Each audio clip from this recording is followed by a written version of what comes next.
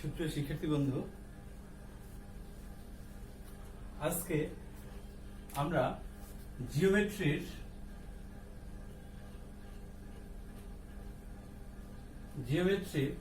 3.2 অধ্যায়টা একটু করার চেষ্টা করি। এখানকার বেসিক নিয়ে একটু আলোচনা করব।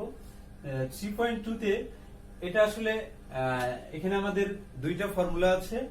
ডিভিশন ফর্মুলা এটাকে বলা হয়, অন্তর্বিভক্তি আর হচ্ছে বহির্বিভক্তি। তো আমরা একটু অন্তর্বিভক্তি ফার্স্টলি দেখার চেষ্টা করি। এই অধ্যায়টা মূলত আমাদের হচ্ছে অনুপাতের একটা অধ্যায়। অনুপাতের মানে এ ধরনের যে আসলে এ একটা পয়েন্ট আছে, এখানে বি একটা পয়েন্ট আছে, এটা সংযোগ রেখা আছে, এখানে সি একটা পয়েন্ট দিয়ে দিলাম আমি সি। ওই সি পয়েন্টটা এ বিটাকে কত অনুপাতে ভাগ করে ফেলবে সেটা আসলে আমরা এখানে বের করব।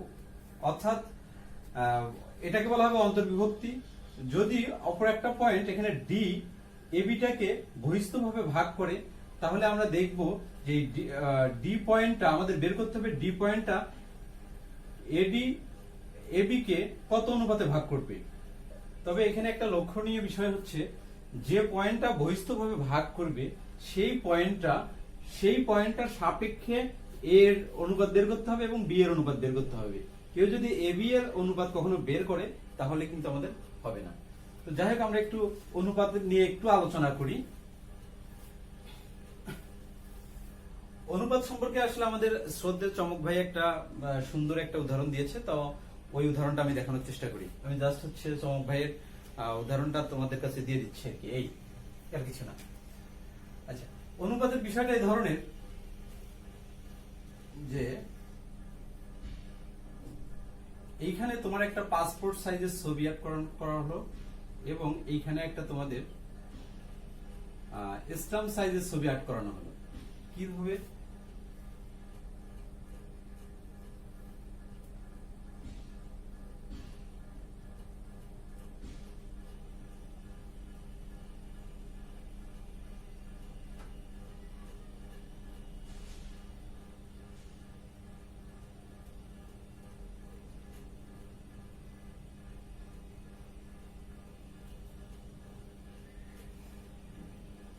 এইটা ধরো তোমার চোখ, এখানে একটা চোখ দিলাম, এখানে একটা নাক দিলাম, এখানে একটা মুখ দিয়ে দিলাম।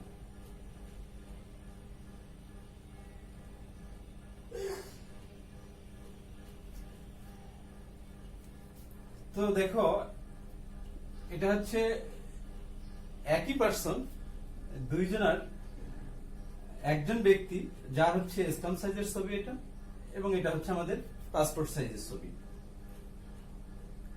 এখন একই ব্যক্তির যদি দুইটা ছবি হয়, স্ট্যাম্প সাইজ একটা, পাসপোর্ট সাইজের একটা, তাহলে দুটো কিন্তু আসলে একই রকমেরই হবে।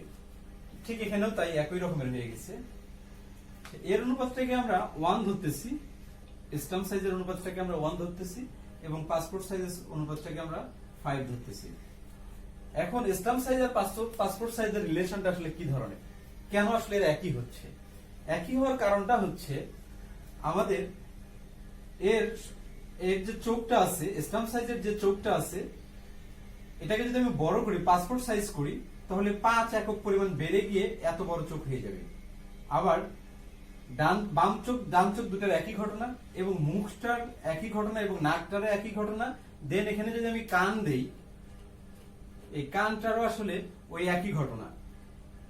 স্ট্যাম্প সাইজের ছবিতে যদি 1 গুণ পরিমাণ কান থাকে, আর পাসপোর্ট সাইজের ছবিতেও ঠিক 5 গুণ পরিমাণ কানটা বড় হবে।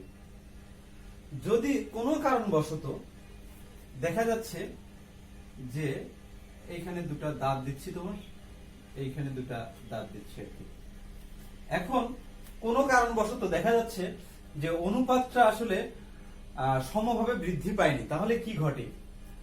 ধরো তোমার এই চোখটা এখানে স্ট্যাম্প সাইজ আছে, কিন্তু এখানে এসে স্ট্যাম্প সাইজ না হয়ে তোমার এই চোখটা 20 গুণ পরিমাণ বড় হয়ে গেছে আর কি, 20 গুণ পরিমাণ বড় হয়ে গেছে।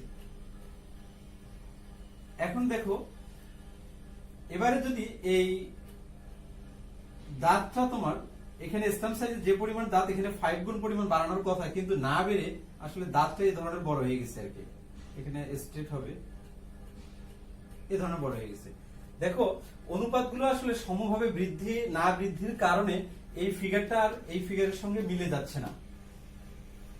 সিমিলারলি উপায়ে যদি এই একটা কান বিশাল বড় হয়ে যায় তাহলে কিন্তু আর তোমার ছবি তুমি নিজেই চিনবে না। তার মানে হচ্ছে অনুপাত এখানে গুরুত্বপূর্ণ একটা জিনিস, যা তোমার হচ্ছে একটা ছবি থেকে আরেকটা ছবিতে কি অনুপাতে বাড়বে সেটা সর্বদাই ঠিক রাখতে হবে। কত অনুপাতে বাড়বে সেটা সর্বদাই ঠিক রাখতে হবে। যদি কখনো এটা না হয় তাহলে তোমার এই ক্যালকুলেশন গুলো ব্যালেন্স থাকে না আর কি। ঠিক সেরকম আমরা এই ক্যালকুলেশন গুলোই আসলে এভাবে করছিলাম।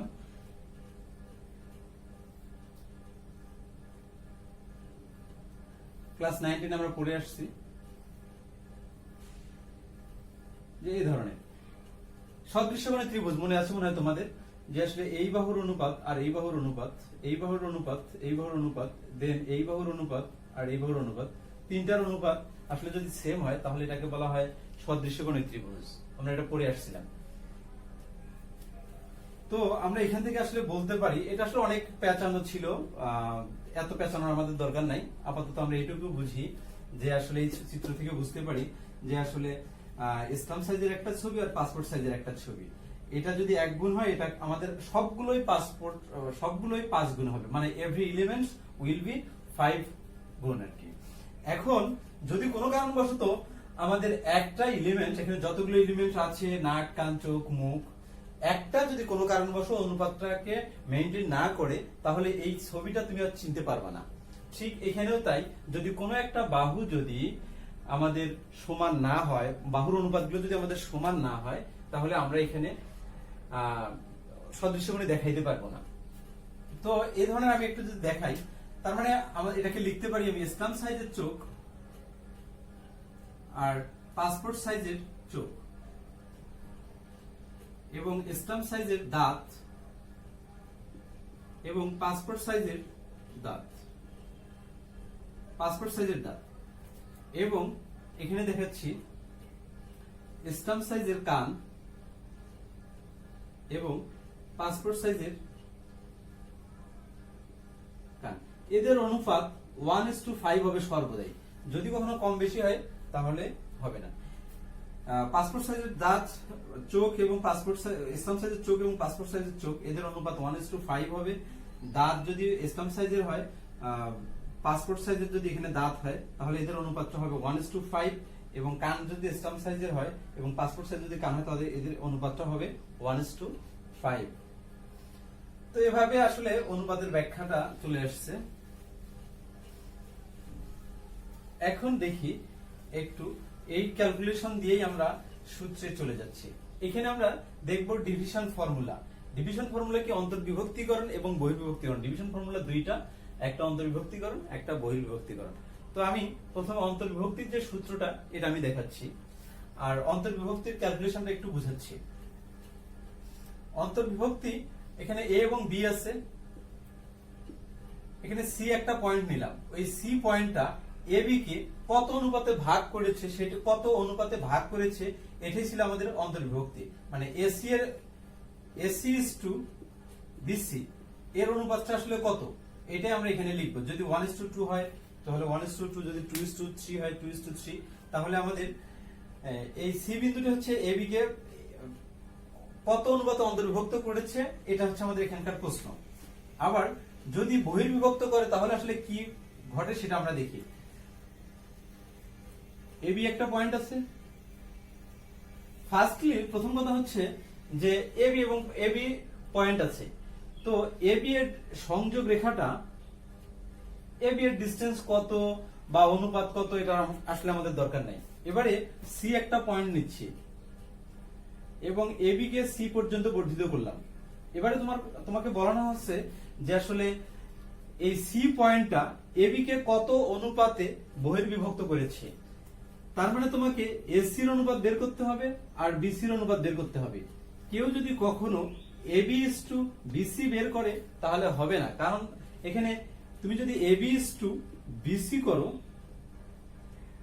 তাহলে হবে না। কারণটা হচ্ছে এখানে তোমাকে বলছে সি এর সাপেক্ষে, কিন্তু আসলে আমাদের এখানে এই পার্টটাতে সি নাই, অতএব এভাবে ক্যালকুলেশন করলে হবে না। হ্যাঁ, এখন যদি তোমার টিচাররা একটু দুষ্ট প্রকৃতি হয়, এটা আমরা আগেই বলেছি, এখন যদি তোমার এ ধরনের থাকে, এ বি যদি থেকে থাকে, কন্ডিশন দিয়ে দেয় যে আসলে A B equals to 4BC, এই ধরনের একটা কন্ডিশন দিয়ে দিল যে তোমার হচ্ছে অনুপাত এখান থেকে আমাদের ফাইন্ড আউট করতে হবে। দেখো আমাদের আসলে যদি বহির্বিভক্ত করে, তাহলে আসলে আমাদের এই যে এই পার্টটা, এ বি পার্টটা, এটা আমাদের দরকার নেই। এ বি পার্টটাকে যেভাবেই পারি আমরা এসসি ইস টু বিসি তে কনভার্ট করার চেষ্টা করব। এ বিটাকে কনভার্ট করব আমরা এভাবে, যদি আমি এসসি থেকে বিসি বাদ দেই তাহলে 4BC হয় এখানে। এখানে দেখো আমাদের এসসি ইস টু বিসি চলে আসছে, তার মানে এসসি ইকুয়ালস টু, এখানে এটা যদি ওর পাশে যায় এখন 5BC হবে, 5BC হবে, তার মানে SC is to BC, SC কে এখানে বিসি দ্বারা ভাগ করব, দেন এখানে 5 হবে, তার মানে SC is to BC equals to হবে আমাদের 5:1 হবে। তো এভাবে আমরা ক্যালকুলেশন করার চেষ্টা করব। তার মানে তোমাকে মনে রাখতে হবে যে আসলে বহির্বিভক্ত করলে এর সঙ্গে সর্বদাই সি এর ডিসটেন্স, সি এর অনুপাতটা, এবং বি এর সঙ্গে সর্বদাই সি এর ডিসটেন্স, এটা মাথায় রাখতে হবে। তো আমরা আমাদের এখানে দুইটা সূত্র আছে, আমি একটা সূত্র দেখাচ্ছি, একটা সূত্র দেখাইলেই আর পরের যে সূত্রটা এটা তোমরা একা একাই করার চেষ্টা করতে পারবো, একা একাই চেষ্টা করলে পারবো আর কি। এখানে এই একটা পয়েন্ট আছে x1 y1 ধরে নিচ্ছি, এবং এখানে বি একটা পয়েন্ট আছে x2 y2 ধরে নিচ্ছি। এখানে বলানো আছে যে সি একটা পয়েন্ট, যে পয়েন্টটা এখানে সি একটা পয়েন্ট দিচ্ছি, বলানো আছে সি বিন্দুর স্থানাঙ্ক তোমাকে বের করতে হবে। সি বিন্দুর স্থানাঙ্কটা কত? যদি এই সি বিন্দুটা এ বি কে m:1 অনুপাতে অন্তর্বিভক্তি করে, এই সি বিন্দুটা যদি বিসি কে এবং এসি কে m1:m2 অনুপাতে আমরা যদি ধরে নেই, আসলে আমরা তো অনুপাতটা জানি না, আমরা ধরে নিচ্ছি যে আসলে সি বিন্দুটা তোমার এসসি ইস টু বিসি অর্থাৎ m1:m2 অনুপাতে যদি ভাগ করে আর কি, তাহলে আসলে আমাদের কিভাবে সি বিন্দুর স্থানাঙ্কটা কত হবে সেটা বের করব। তো আমরা বের করার ট্রাই করি একটু। এখানে একটা অক্ষরেখা টেনে নিলাম এ ধরনের। বের করার সুবিধার্থে আমরা এ এবং এ ড্যাশ যোগ করে দিচ্ছি, বি এবং বি ড্যাশ যোগ করে দিচ্ছি, এখানে সি এবং সি ড্যাশ যোগ করে দিচ্ছি। এবারে বি বিন্দু থেকে সি সি ড্যাশের উপরে একটা লম্ব অঙ্কন করি, আবার সি বিন্দু থেকে এ এ ড্যাশের উপরে আর একটা লম্ব অঙ্কন করি। এখানে বি বিন্দু থেকে সি সি ড্যাশের উপরে বি টি লম্ব অঙ্কন করি, এবং সি বিন্দু থেকে এ এ ড্যাশের উপরে টি ড্যাশ লম্ব অঙ্কন করি।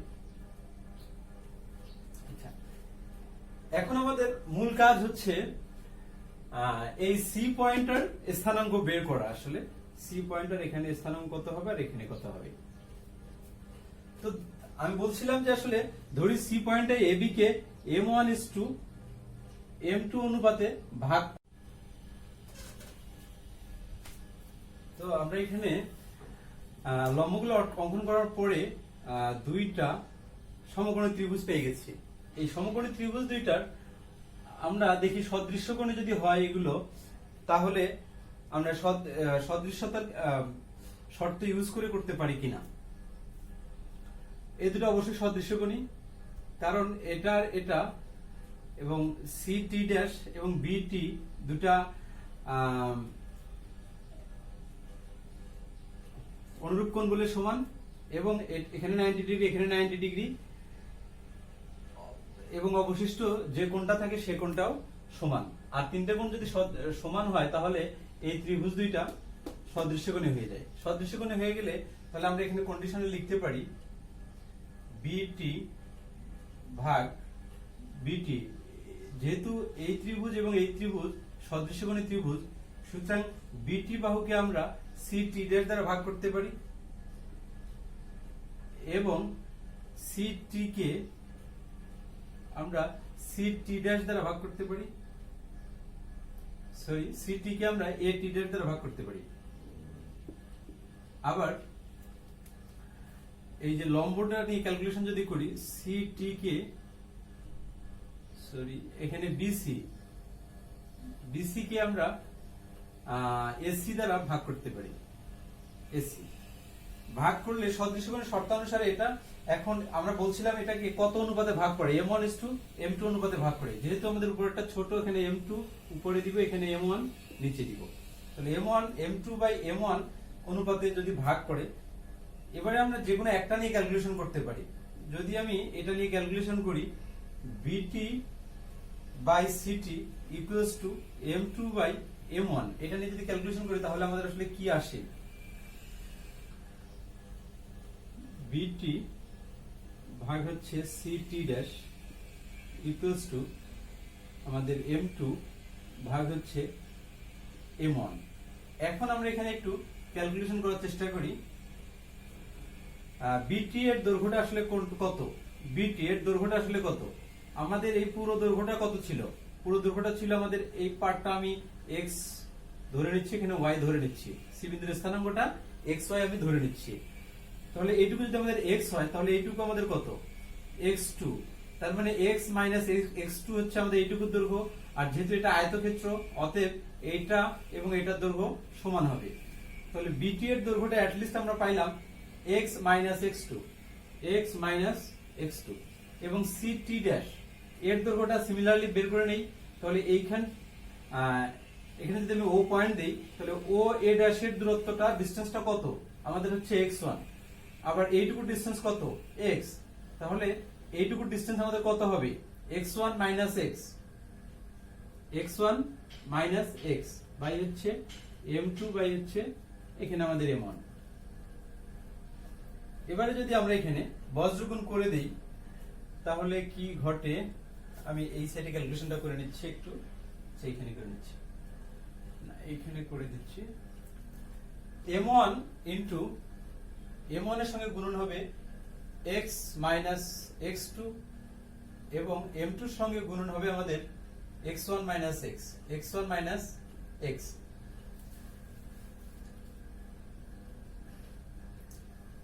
m1x minus m1x2 is equals to m2x1 minus m2x।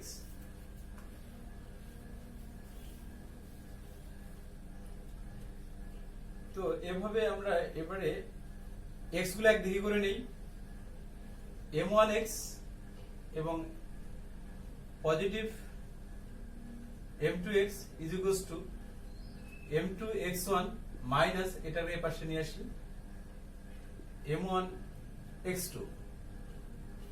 এখন আমরা এখানে x কমন নিতে পারি,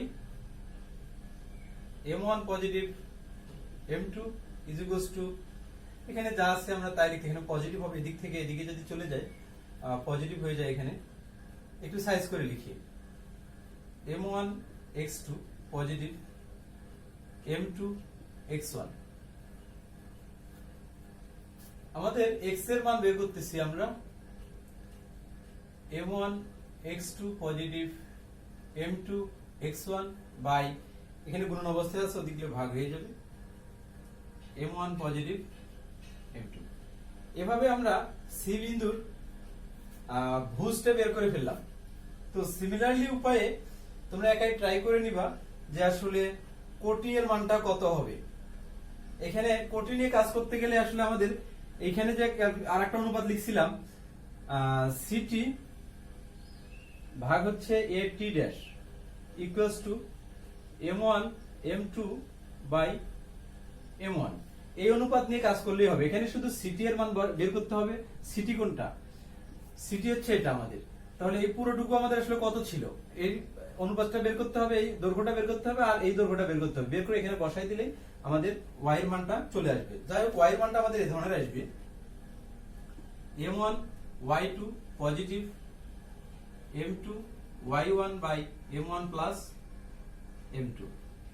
এটা ক্যালকুলেশন করলে আমাদের সি বিন্দুর ভুজ এবং কোটি পেয়ে যাচ্ছি।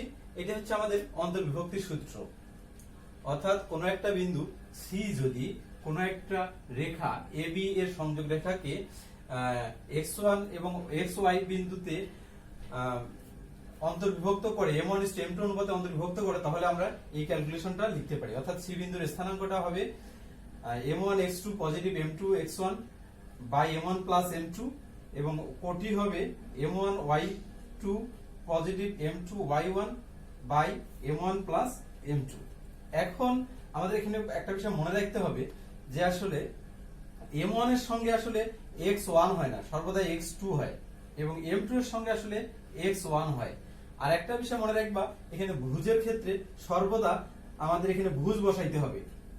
আর এখানে যখন কোটি বের করব তখন সর্বদা এখানে কোটি বের করে নিব। বাস্তবে আসলে m1 এর সঙ্গে আসলে x1 আসার কথা ছিল, কিন্তু এখানকার ক্যালকুলেশনটা একটু ভিন্ন, তাই এখানে x2 চলে আসছে। আমরা এটুকু মাথায় মনে রাখবো আর কি বিষয়টা, যে m1 এর সঙ্গে সর্বদা x2 বসবে, কখনোই x1 বসবে না। তো এভাবে তোমরা আসলে অন্তর্বিভক্তি আমি এটা দেখাই দিলাম, এবং বহির্বিভক্তটা একা একা করার চেষ্টা করবা। এগুলো আসলে পরীক্ষা আসে না, এগুলো আমাদের জানতে হয়, জানার জন্য আসলে শেখা, জানার জন্য আসলে পড়া। এগুলো তবে এডমিশনে হয়তো বা কাজে লাগবে, যার কারণে এটা আমাদের শিখতে হচ্ছে। তো আজকে এ পর্যন্তই, আল্লাহ হাফেজ।